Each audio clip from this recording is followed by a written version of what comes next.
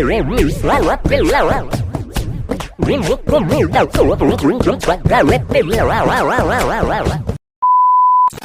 మామాస్, welcome back to our channel. ఈ రోజు మనం మణిశంకర వరప్రసాద్ గురించి మాట్లాడుకుందాం. సినిమా ఇందాకే చూశాను. దానికన్నా ముందు మెగా ఫ్యాన్స్ కానీ, ది ఓజీ బాస్ ఫ్యాన్స్ కానీ ఎవరైనా ఉన్నారంటే ఫస్ట్ వెళ్ళి అనిల్ రావు గుడికి. ఇప్పుడు సినిమాలో పాజిటివ్స్ ఏమి ఉన్నాయి, నాకేం నచ్చాయి, నాకేం నచ్చలేదు, ఇవి మాట్లాడుకుందాం. ఓకే, ఇదంతా కాదు. మా కంటెంట్ కానీ మీకు నచ్చినట్టయితే లైక్ చేయండి. ఫస్ట్ సబ్స్క్రైబ్ చేసుకోండి. మా వీడియోస్ ఎప్పటికప్పుడు వస్తూ ఉంటాయి. ఇంకా మంచి మంచి కంటెంట్ ట్రై చేస్తున్నాం. Okay, let's get back to video. First అన్నిటికన్నా ఇంపార్టెంట్ పాయింట్ ఏదైనా ఉంది అంటే ఫస్ట్ స్క్రీన్ మీద బాస్ స్క్రీన్ ప్రెజెన్స్. ఆ స్క్రీన్ ప్రెజెన్స్ కానీ, ఆ ఎనర్జీ కానీ, ఈ ఏజ్ లో అని అంత ఎనర్జీ క్యారీ చేస్తూ, నిజంగా చెప్పాలి సినిమా అంతా బాస్ చుట్టూ తిరుగుతుంది. సినిమాలో ఎక్కడ బాస్ ఎనర్జీ డ్రాప్ అవడం కానీ, ఎక్కడ కొంచెం డౌన్ అయినట్టు కానీ ఎక్కడ అనిపించలేదు. బాస్ స్క్రీన్ ప్రెజెన్స్ అయితే ఎక్సలెంట్.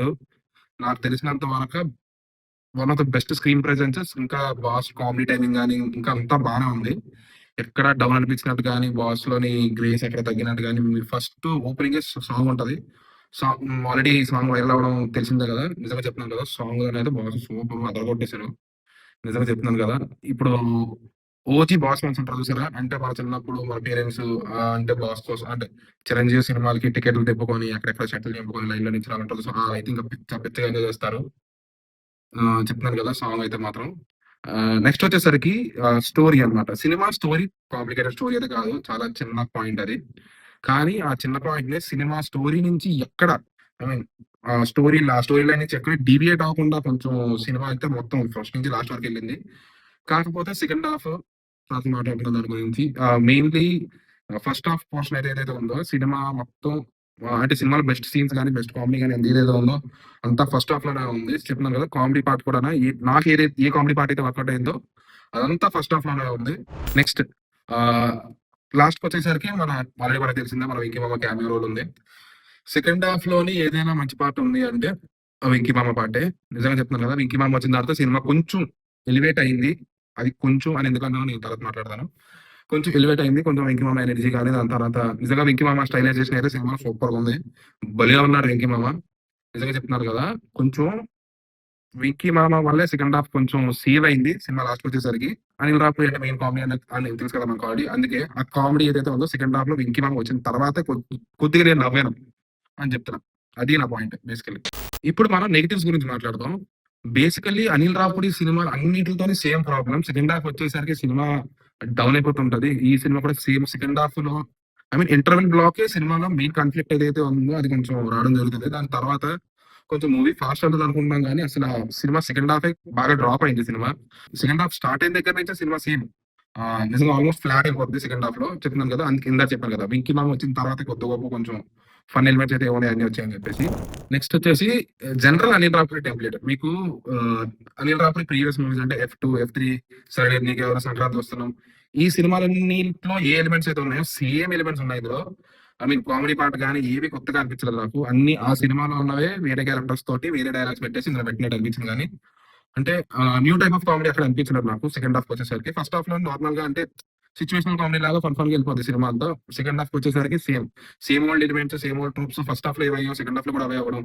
దాని తర్వాత కామెడీ వర్కౌట్ అవ్వకపోవడం same problem. Anil Rapudi almost అన్ని మూవ్స్ లో సేమ్ ప్రాబ్లం. సెకండ్ హాఫ్ వచ్చేసరికి సినిమా డౌన్ అయిపోద్ది. It might be F2 or F3 or even సంక్రాంతికి వస్తున్నా కూడా ఆల్మోస్ట్ సెకండ్ హాఫ్ కొంచెం డౌన్ అయినట్టే ఉంటది. నెక్స్ట్ పాయింట్ వచ్చేసి మూవీ ప్రోగ్రెస్ అయ్యే కొద్దీ మీకు అర్థమైపోతుంటుంది సినిమా చూస్తుంటే. ఓకే, నెక్స్ట్ ఈ సీన్ వస్తుంది, నెక్స్ట్ ఈ సీన్ వస్తుంది, నెక్స్ట్ ఈ సీన్ వస్తుంది అంటే సీన్ వచ్చే ముందే మీకు అర్థమైపోతుంటది అనమాట. అరే ఈ సీన్ ఎలా ఉంది, నెక్స్ట్ ఈ సీన్ అవుతుంది, నెక్స్ట్ ఈ సీన్ వస్తుంది, నెక్స్ట్ ఈ సీన్ వస్తుంది. మీకు అది అలా మీకు ఎందుకు అనిపిస్తుంది అంటే చెప్పాను కదా, సేమ్ అవుట్ ఫస్ట్ హాఫ్ లో ఏవైతే జరిగాయో సెకండ్ హాఫ్ అదే జరుగుతుంది. అంటే ఒకటి అనుకుంటారు, ఇలా అవ్వకూడదు అనుకుంటారు, అదే జరుగుతుంది. మీకు సినిమా చూసారంటే మీకు అర్థమై ఉంటుంది నా పాయింట్. ఎందుకంటే సినిమా ప్రోగ్రెస్ అయ్యే కొద్దీ మనకి కొత్త సీన్స్ కానీ కొత్త ఎలిమెంట్స్ కానీ రావాలి. కానీ సేమ్ ఎలిమెంట్స్ ని వేరే వాళ్ళతో చేస్తుంటే మనకి తెలుసు కదా అర్థమైపోతుంటదని. సేమ్ సినిమాలో కాన్ఫ్లిక్ట్ ఏదైతే ఉందో ఏ క్లాస్ పకోడి కాన్ఫ్లిక్ట్. అదేంటి సార్ అలా మాట్లాడతారు? ఆడ విలన్ ఎందుకు అయ్యాడు అని అడిగితే ఆడ విలన్ కాబట్టి విలన్ అయ్యాడు అన్నట్టుంది.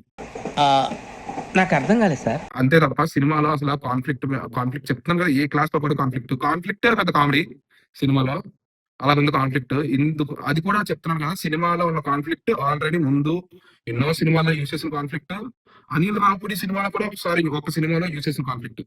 వేరే సినిమా గనుక చూసుంటే ఆ కాన్ఫ్లిక్ట్ ఏంటో మీకు అర్థమై ఉండాలి. నేను ప్రీవియస్‌లీ ఏ సినిమా అంటే చెప్పాను కదా! ప్రీవియస్ సినిమాలో అవన్నీ యూజ్ చేశానని. అది మీకు తెలిస్తే కామెంట్స్‌లో చెప్పండి. చెప్తున్నాను కదా! Same conflict, same repeating. కొత్త క్యారెక్టర్స్‌తో తీశారంతే. అంతే తప్ప ఏమీ లేదు.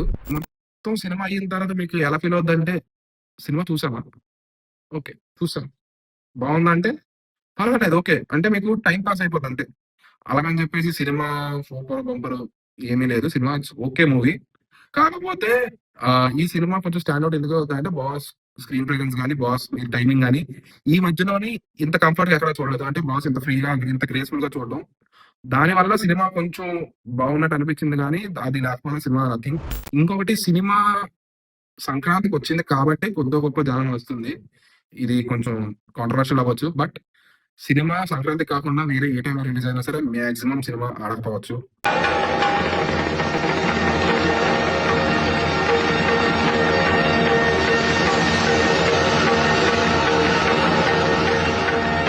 ఇంకొకటి ఈ సినిమా సంక్రాంతి వస్తున్న ఐ మీన్ లాస్ట్ ఇయర్ వచ్చిన సంక్రాంతికి వస్తున్నాంతో పోలుస్తున్నారు కాబట్టి రెండిట్లే కంపేర్ చేసి చూస్తే సంక్రాంతి వస్తున్నాం ఇస్ ఫార్ బెటర్.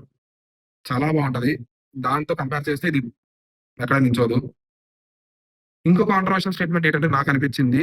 ఆ సినిమా ఆల్‌మోస్ట్ లాస్ట్‌లో 'వెంకీ మామకి, బాస్‌కి' కలిపి ఒక సాంగ్ ఉంటది కదా! నాకు ఆ పార్ట్‌లోని 'వెంకీ మామ' ఐ మీన్ క్రేజ్ గాని, ఎనర్జీ గాని, స్టెప్పులు గాని నచ్చాయి. వదులురా వదులురా అయిపోయాడు. యెస్. ఇది నా ఒపీనియన్. ఫీల్ అవ్వండి. నాకనిపించింది నేను చెప్పాను. జెన్యూన్‌గా. ఓకే. ఇది మన 'శంకర వరప్రసాద్' మీద నా ఒపీనియన్. మీకు కూడా నచ్చిందంటే కామెంట్‌లో చెప్పండి. మీకు ఏ సీన్ నచ్చో కామెంట్‌లో చెప్పండి. నేను మాట్లాడిన దాంట్లో మీకు ఏవైనా నచ్చకపోతే కామెంట్‌లో చెప్పండి. నీట్‌గా మాట్లాడుకుందాం. ఏమి గొడవలొద్దు. టీఎఫ్ఏ బావుంటది. ఓకే.